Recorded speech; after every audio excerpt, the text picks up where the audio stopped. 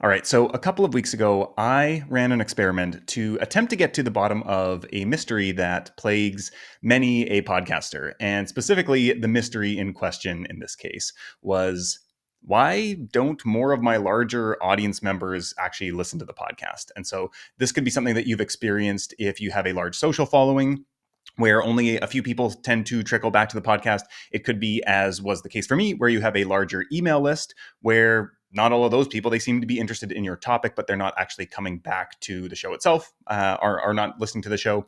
And so in my case, I had around 8,200 people on my email list. And actually, so this email regarding this experiment is 8,200. There's actually an additional kind of 500 to 700 people who I didn't get this email for a variety of email segmenting reasons, but were also on my list, interested in my content, had heard about the podcast, I presume, but we're not yet listening. And so at the time of this experiment, we have roughly 8,500 to 9,000 people on the email list, and just 300 and 350 downloads per episode on average with the podcast. So the way that I set up this experiment, it's kind of modeled after a traditional "why didn't you buy" survey. And so if you've ever run a product launch or anything like that, you might have sent out, after the cart closed on the final day, an email within the next few days, the next week or so, to the rest of your list, to everybody who did not buy the product, and asking like, hey, why didn't you sign up for this thing that I was offering? By virtue of you being on my email list, I can assume that probably you're interested in this topic that the product addresses,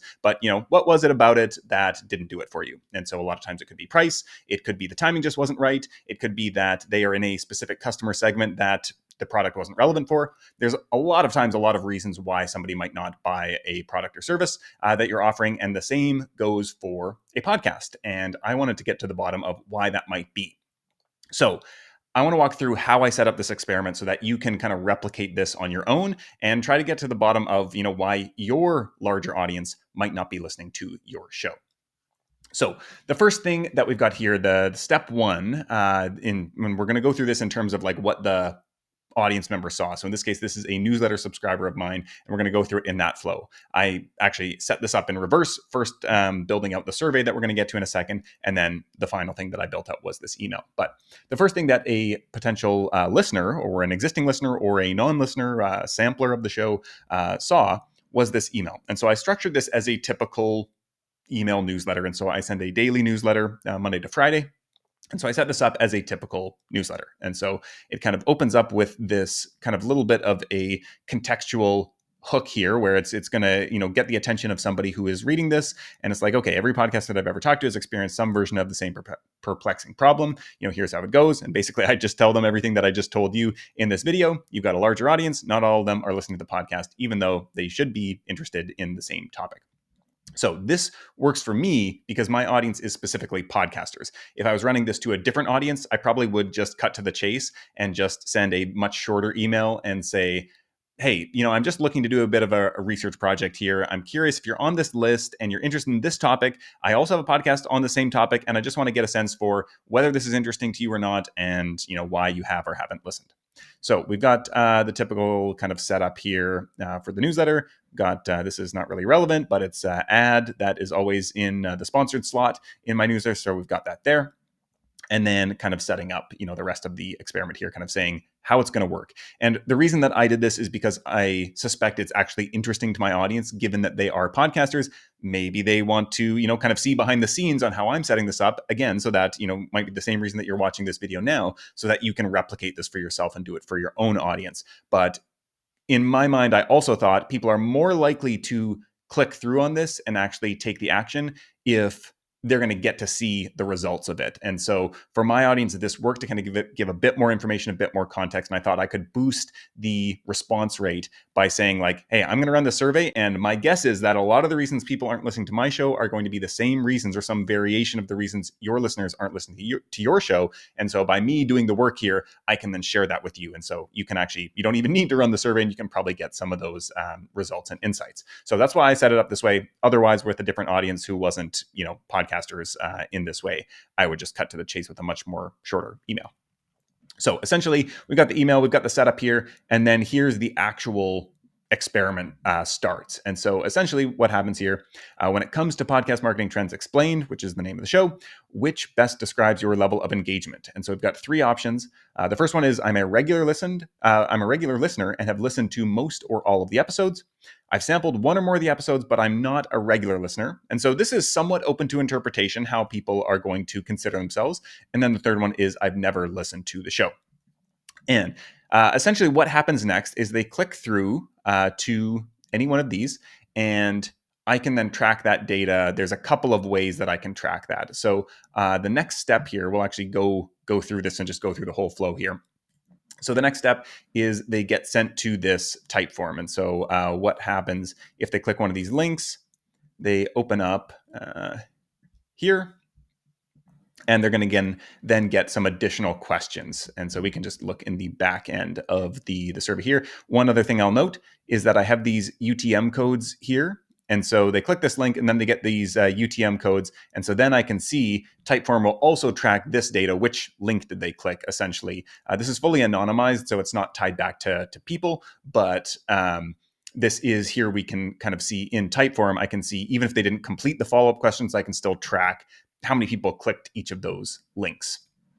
So we've got these three questions, and then each of those links actually to the same survey. And the way that I've set this up, if we just look inside how the logic is laid out, there's essentially three different starting points. This is technically one full long survey that you could like stretch these all out and they do connect together. But essentially, depending on which link you clicked, then you're going to come in to get different questions based on that, based on what I know about you, which is, your level of engagement. So when we look at some of these responses here, so the first one, this is for the regular listeners. And so the first question they get is, out of curiosity, what attracted you to the show in the first place? And so this is helpful for my marketing to understand, okay, this is the thing that got people in the door. Probably I should talk about that thing more and put that more front and center if there are trends that come out of this. The next question is, what keeps you coming back? And so you listened once, but many people listen once. Not that many people keep coming back regularly. So what is it about the show that after we got you in the door that actually is good enough to keep you coming back? And then number three, what do you get from Podcast Marketing Trends Explained that you don't get from other shows or content about podcasting? This is one of my favorite questions on any kind of creative marketing survey, because it highlights a lot of the things that we often can't see. We're like inside the bottle. We can't read the label from inside the bottle.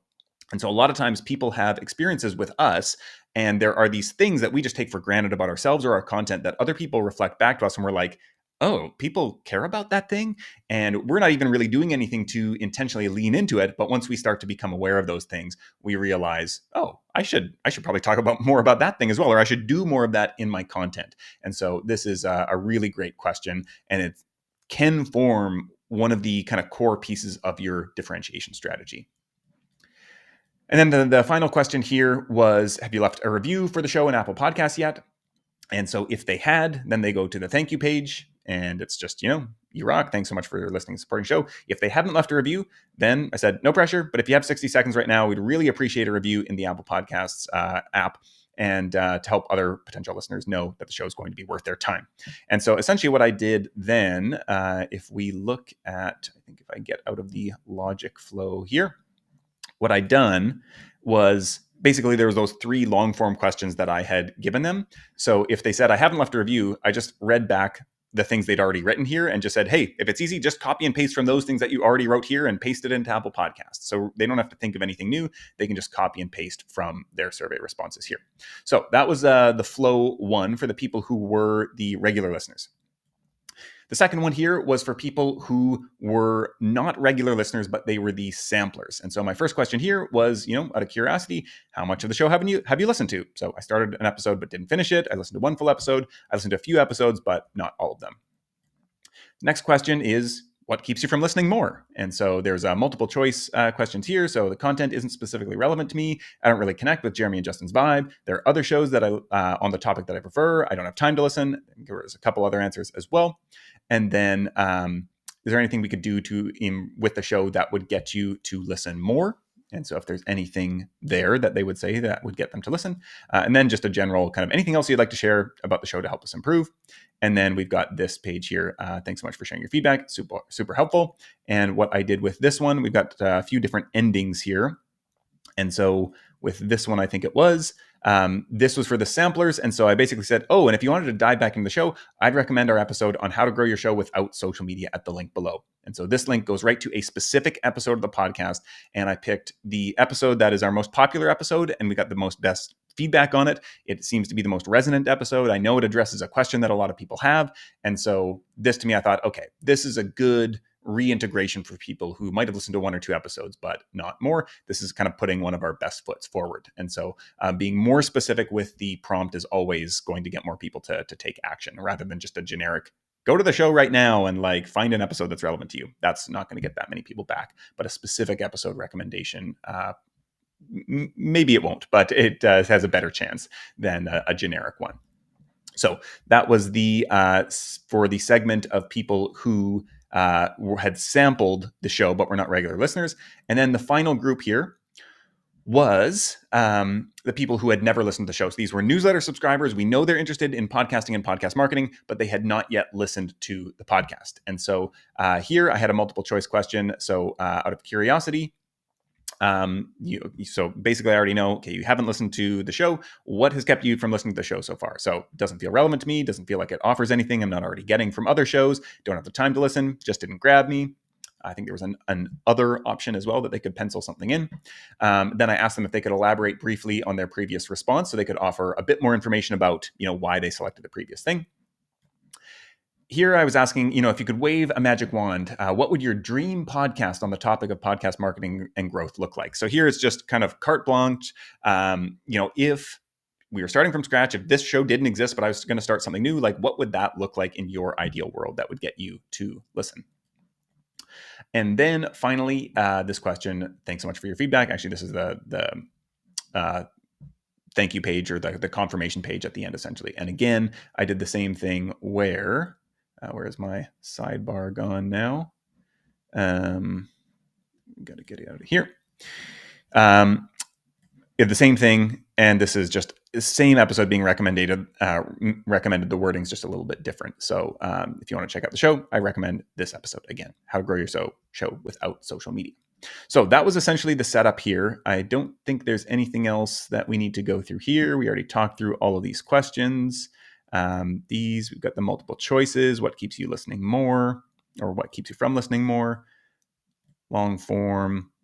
This one we did get truncated in the logic flow here. So this was another option that I didn't know the show existed, which there was a significant number of people who hadn't listened, who, despite probably having received something like 35 emails specifically about the podcast, still did not know it existed, which was an interesting gap for me to realize in my marketing, that I was not being super clear from the subject line, from every section of the emails, that this was the podcast.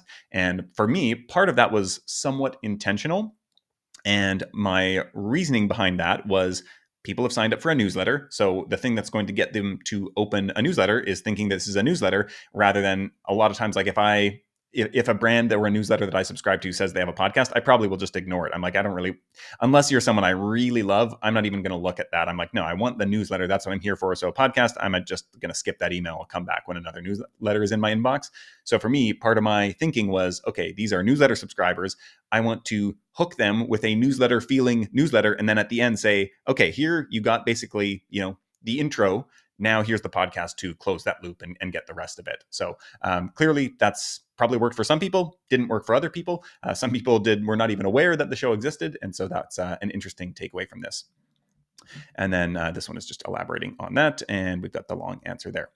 So this is kind of the overview of how I set this up. I'm not going to go through all of the takeaways in this video here. If you want to get those takeaways, you can listen to our episode of Podcast Marketing Trends Explained, breaking down why our listeners are tuning out the show, or why our audiences who should be interested in it are not actually listening. So we've got a full episode breaking down, our kind of takeaways and what we're going to do about it, and some of the things that our listeners said that are probably, they're certainly true for us. They are probably true for you as well. And we share some of our kind of ideas around what we and what you can also kind of do in order to improve that, and hopefully retain more of your listeners, get more of them in the door in the first place.